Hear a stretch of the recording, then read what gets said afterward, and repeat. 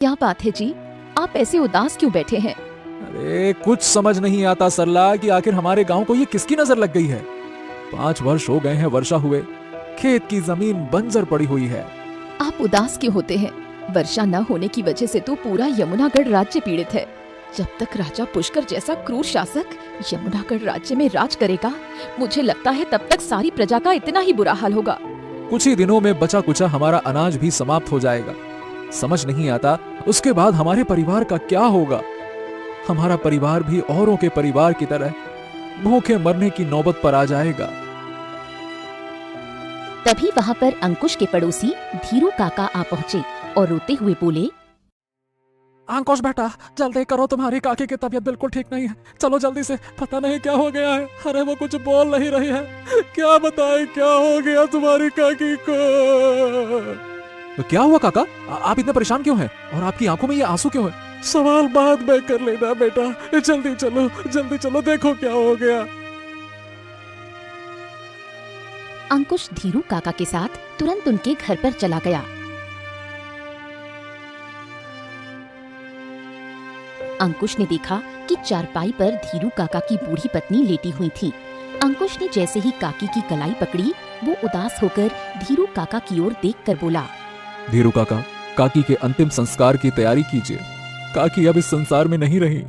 ये सुनकर धीरू काका फूट फूट कर रोते हुए बोले, जिस बात का मुझे डर। पर्वत पर एक बौद्ध साधु आंखें बंद किए हुए तपस्या में लीन थे कि तभी कड़कड़ाती हुई सर्दी में एक व्यक्ति उनके सामने आकर बैठ गया। बौद्ध साधु आंखें खोलकर उस व्यक्ति की ओर देखकर बोले, क्या बात है? तुम्हारा चेहरा बता रहा है कि तुम्हारा मन अंदर से विचलित है। मैं आपका बहुत बड़ा भक्त हूँ और मैं हर वर्ष हिमालय में शांति तलाशने आता हूँ। जब तक हमारे मन के अंदर शांति नहीं होगी, हमें शांति कहीं नहीं मिलेगी। समस्या बताओ। साधु महाराज, मैं जिस राज्य का रहने वाला हूँ वहाँ पर पूरी तरह से अशांति फैली हुई है। उस राज्य की सारी प्रजा राजा की क्रूरता से परेशान है और अब तो आकाश ने भी पानी बरसाना छोड़ दिया है। किसानों का बहुत बुरा हाल है। हर तरफ तबाही का मंजर है। तबाही ही तबाही है महाराज। बौद्ध साधु रहस्यमयी अंदाज में मुस्कुराते हुए बोले, ठीक है, एक काम करो, अभी तुम यहाँ से जाओ। अभी समय नहीं आया है। समय आने पर मैं स्वयं तुम्हारे राज्य में आऊंगा। लेकिन साधु महाराज, आपको तो ये भी नहीं पता कि मैं किस राज्य का रहने वाला हूँ। जब मैं हिमालय की ऊंची चोटियों से नीचे उतरता हूँ तो अराजकता और शांति मुझे अपनी ओर खींच लेती है। इससे आगे की बात तुम्हें समझ नहीं आएगी। तुम तो बस निश्चिंत होकर चले जाओ। वह व्यक्ति बौद्ध साधु महाराज की बात सुनकर चुपचाप वहाँ से चला गया। यमुनागढ़ राज्य के छोटे से गांव में अंकुश नाम का एक किसान अपने घर पर उदास बैठा हुआ था कि तभी उसकी पत्नी सरला उससे बोली, था वही हुआ अंकुश, मेरी पत्नी ने भूख से तड़पते हुए अपनी जान दे दी। काका, मैंने आपसे कहा था कि अगर आपके पास अनाज नहीं है तो आप मुझसे मांग लेते, परंतु आपने मेरी बात नहीं मानी और देखिए काकी भूखी ही इस संसार से चली गई। अरे अंकुश, मेरे और तुम्हारे काकी के तुम्हारे घर में पांव कैसे पड़ते? अरे तुम्हारे पास भी तो थोड़ा ही अनाज है और तुम्हारे परिवार में तुम्हारी पत्नी और तुम्हारी बेटी भी तो है। अरे हम तो बूढ़े हैं बेटा। अंकुश ने गांव वालों के साथ मिलकर काकी का अंतिम संस्कार कर दिया। अंतिम संस्कार करके अंकुश अपने घर पर बैठा ही था कि तभी गांव का जमींदार कुछ व्यक्तियों को लेकर वहां पर पहुंच गया और अंकुश से बोला, तुम्हारे पास जो भी बचा कुचा अनाज है उसे हमारे हवाले कर दो अंकुश। ये क्या कह रहे हैं आप जमींदार? अगर अपना अनाज आपके हवाले कर दूंगा तो मेरी पत्नी और मेरी बेटी तो भूखे मर जाएंगे। अरे आप जानते हैं कि पिछले 5 वर्षों से जमीन बंजर पड़ी हुई है। यमुनागढ़ राज्य की जमीन में फल तक उगाना बंद हो गया है और ऐसे में आप अनाज मांग रहे हैं। अपनी बकवास बंद करो। सुनो अंकुश, ये मेरा आदेश नहीं है बल्कि यमुनागढ़ राज्य के राजा पुष्कर का आदेश है, समझे? क्यों? क्या राजा पुष्कर के महल में अनाज कम पड़ गया है जो अब वो गरीबों का अनाज छीनने लगे? अपनी जबान को लगाम दो अंकुश। राजा पुष्कर के सामने तुम्हारी औकात 2 कौड़ी की भी नहीं है। महल में अनाज कम नहीं पड़ा, बल्कि राजा पुष्कर ने दूसरे राज्य के राजा को दावत दी है, इसीलिए उन्हें और अधिक अनाज की आवश्यकता है, समझे? इतना बोलकर जमींदार अपने पास खड़े एक व्यक्ति से बोला, यहाँ खड़े खड़े इसकी बकवास सुनने की आवश्यकता नहीं है। सुनो, इसके घर में जितने भी अनाज की बोरियां हैं सब उठा लो, जाओ। जमींदार की बात सुनकर अंकुश की पत्नी तड़पते हुए बोली, ऐसा अत्याचार मत कीजिए जमींदार, तुम्हें गरीबों की बद्दुआएं लगेंगी। मेरे घर का अनाज मत ले जाइए, मेरा परिवार भूखा मर जाएगा। अरे तुम गरीबों के जीने या मरने से संसार में कोई फर्क नहीं पड़ता किसी को। और हाँ, मैं सिर्फ तुम्हारे ही घर से अनाज नहीं ले रहा हूँ, बल्कि इस गांव में जितने भी घर में अनाज बचा है उन सब का अनाज छीन कर महल ले जा रहा हूँ। रो कह रहे हो, सबके साथ हो रहा है ये। सरला और अंकुश ने बहुत कोशिश की कि उनका अनाज बच जाए, मगर जमींदार सारा अनाज छीन कर ले गया।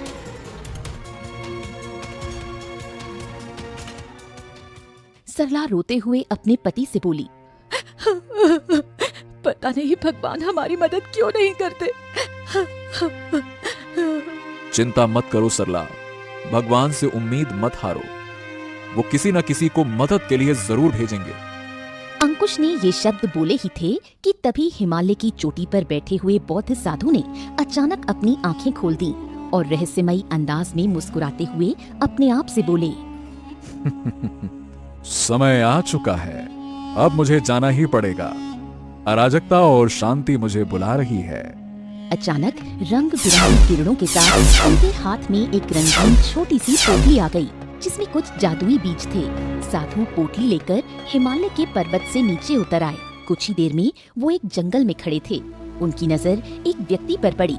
बौद्ध साधु उस व्यक्ति से बोले, क्या तुम मुझे बता सकते हो कि यहाँ से यमुनागढ़ कितनी दूरी पर है? आप तो बौद्ध साधु मालूम पड़ते हैं, आप यमुनागढ़ क्या करने जा रहे हैं? क्या आपको नहीं पता है कि यमुनागढ़ में लोग भूख से तड़प तड़प कर मर रहे हैं और यमुनागढ़ से लोग भाग भाग कर दूसरे राज्य में जा रहे हैं, और एक आप हैं कि यमुनागढ़ जा रहे हैं? भागने का काम कायरों का होता है, तुम तो मुझे बस यमुनागढ़ की दिशा बता दो। अच्छा ठीक है भाई, तो जिस दिशा की ओर आप जा रहे हैं वहां से सीधे चले जाइए, यमुनागढ़ पहुंच जाएंगे आप। मगर ध्यान रखिएगा, यमुनागढ़ राज्य की सीमा के समीप एक टूटा हुआ खंडहर है। उस टूटे खंडहर के अंदर जाने की गलती से भी मत करिएगा, क्योंकि उस टूटे खंडहर में जो कोई भी गया है वापस नहीं आया। इतना बोलकर वह व्यक्ति वहां से चला गया।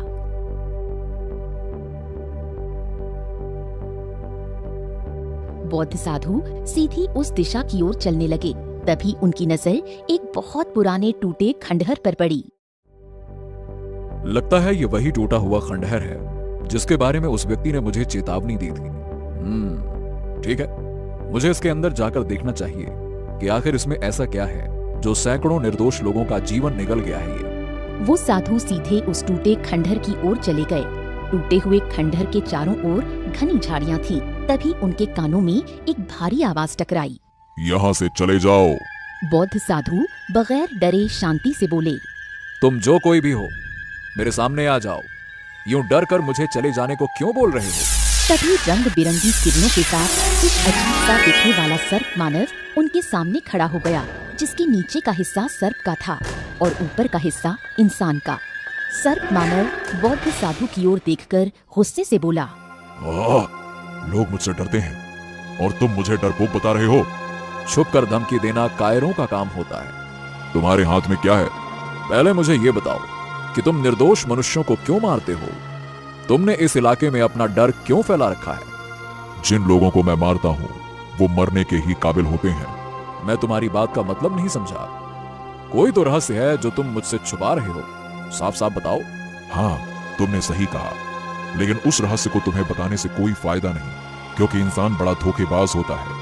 और जिन इंसानों को मैंने मारा है, सच तो ये है कि वो तो बहुत पहले ही मर चुके हैं। जो मनुष्य किसी दूसरे मनुष्य के काम ना आ सके, जो मनुष्य किसी दूसरे मनुष्य के दुख को देखकर चुप बैठा रहे, वो मनुष्य जीवित होते हुए भी मरे हुए के समान ही होता है। बातें तो तुम बहुत अच्छी करते हो, लेकिन कार्य तुम्हारे राक्षसों वाले हैं। क्यों? तुम्हारे हाथ में जो भी है उसे मुझे सीधी तरह से दे दो। किसी भी कीमत पर नहीं। मेरे हाथ में कुछ। और उसे खाते हुए बोली, वाह, ये तो बहुत ही स्वादिष्ट है। तभी उस युवती ने देखा कि जो फल उसने तोड़ा था अचानक वहाँ पर दूसरा फल उगाया। इसका मतलब वो बौद्ध साधु चमत्कारिक थे और ये पेड़ भी चमत्कारी पेड़ है। ये तो पूरे यमुनागढ़ राज्य की भूख मिटा सकता है। इतना बोलकर वो युवती दौड़ती हुई अपने गांव आ गई और सारे गांव वालों की ओर देखकर बोली, गांव वालों, बहुत जल्दी बदलाव आने वाला है। अब तुम सबको भूखे मरने की कोई आवश्यकता नहीं। उस युवती की बात सुनकर गांव का एक व्यक्ति निराशाजनक स्वर में बोला, तुम कहना क्या चाहती हो? मैंने टूटे हुए खंडहर के अंदर एक बहुत ही सुंदर वृक्ष देखा है, जहाँ पर अलग अलग प्रकार के ताजे फल लटक रहे हैं। अरे क्यों झूठ बोल रही हो? उस टूटे हुए खंडहर में तो अर्ध सांप का शासन है। मैं झूठ नहीं बोल रही। इतना बोलकर उस युवती ने उस व्यक्ति को एक ताजा सेब पकड़ा दिया। उस व्यक्ति के हाथ में ताजा सेब देखकर गांव में भीड़ एकत्रित हो गई। व्यक्ति युवती की ओर देखकर बोला, यमुनागढ़ की धरती में तो काफी समय पहले से ही फल उगना बंद हो गए थे। इसका मतलब तुम सही कह रही हो? हाँ, मैं सही कह रही हूँ। अगर तुम्हें विश्वास नहीं होता तो तुम स्वयं चलकर देख लो। युवती की बात सुनकर सारे गांव वाले टूटे हुए खंडहर के नजदीक पहुंच गए। वह व्यक्ति खुशी से चीखते हुए गांव वालों से बोला, अरे अरे कितने वर्षों के बाद हमने सुंदर और ताजे फल देखे हैं। ये फल हमारी भूख मिटाने के लिए काफी है। अरे कितना सुंदर है ये। सभी गांव वाले उस पेड़ के फल तोड़कर खाने लगे, मगर जैसे ही वो एक फल तोड़ते तभी दूसरा फल वहाँ पर उगाता। कुछ देर बाद भीड़ में से अंकुश उस युवती से बोला, तुम्हें इस जादुई वृक्ष के बारे में कैसे पता चला? वह युवती अंकुश को उस बौद्ध साधु के बारे में सारी घटना बताते हुए बोली, वह कोई मामूली साधु नहीं लग रहे थे, बल्कि एक चमत्कारिक साधु लग रहे थे। मैं तो आत्महत्या करने जा रही थी, मगर उन्होंने मुझे ऐसा करने से रोका। चमत्कारिक जादुई बीज है जो यमुनागढ़ के वासियों के बहुत काम आएंगे। सर्प मानव ने साधु के ऊपर हमला कर दिया। साधु को सर्प मानव से ऐसी बिल्कुल भी अपेक्षा नहीं थी। अचानक उनके हाथ से बीजों की पोटली वहीं पर गिर पड़ी। साधु ने तेज आवाज में मंत्र पढ़ने शुरू कर दिए। अचानक सर्प मानव वहाँ से गायब हो गया। बौद्ध साधु रहस्यमय अंदाज में मुस्कुराते हुए खंडहर से बाहर निकल आए और सीधे एक जहाँ पर एक युवती नदी की ओर बहुत ही गौर से देख रही थी। साधु उस युवती की ओर देखकर बोले, तुम इस नदी को गौर से क्यों देख रही हो? सोच रही हूँ कि नदी में कूद कर जान दूं या फिर जहर खाकर जान दूं, लेकिन फिर सोचती हूँ कि मेरे पास तो जहर खाने के लिए भी धन नहीं है। आत्महत्या करना बहुत बड़ा पाप होता है कन्या। आत्महत्या करने के अलावा भी बहुत से रास्ते होते हैं। लेकिन मेरे पास कोई रास्ता नहीं। मैंने अपनी आंखों से अपने बूढ़े माता पिता और भाई बहन को भूख से तड़पते हुए मरते देखा है और मैं इस तरह से नहीं मरना चाहती। तो फिर तुम्हें मुसीबत का सामना करना चाहिए, उनसे लड़ना चाहिए, न कि कायरों और बुजदिलों की तरह नदी में कूदकर अपनी जान देनी चाहिए। अगर तुम्हारे जान देने से तुम्हारे राज्य के ऊपर आई हुई विपत्ति टल जाती है तो तुम खुशी से अपनी जान दे सकती हो, मगर तुम्हारे जान देने से राज्य के ऊपर आई विपत्ति नहीं टलती तो फिर तुम्हारी जान मानवता के लिए बेकार है। इतना बोलकर साधु वहाँ से चले गए और वो सुंदर युवती साधु को जाते हुए देखते हुए अपने आप से बोली, न जाने क्यों मुझे ऐसा लग रहा है जैसे कि बदलाव आने वाला है। वह युवती उस खंडहर की ओर चली गई। तभी उसकी नजर सामने टूटे हुए खंडहर पर पड़ी। खंडहर के ऊपर आकाश में काले बादल छाए हुए थे और एक सुंदर वृक्ष सीना ताने हुए खड़ा था। उस वृक्ष के ऊपर अलग अलग तरह के हर प्रकार के ताजा और सुंदर फल लटक रहे थे। वह युवती दौड़ती हुई उस पेड़ के नजदीक पहुंच गई। ये पेड़ यहाँ पर कब उगाया? इस पेड़ के ऊपर तो ताजा और सुंदर फल लटक रहे हैं। इतना बोलकर उस युवती ने एक फल तोड़ लिया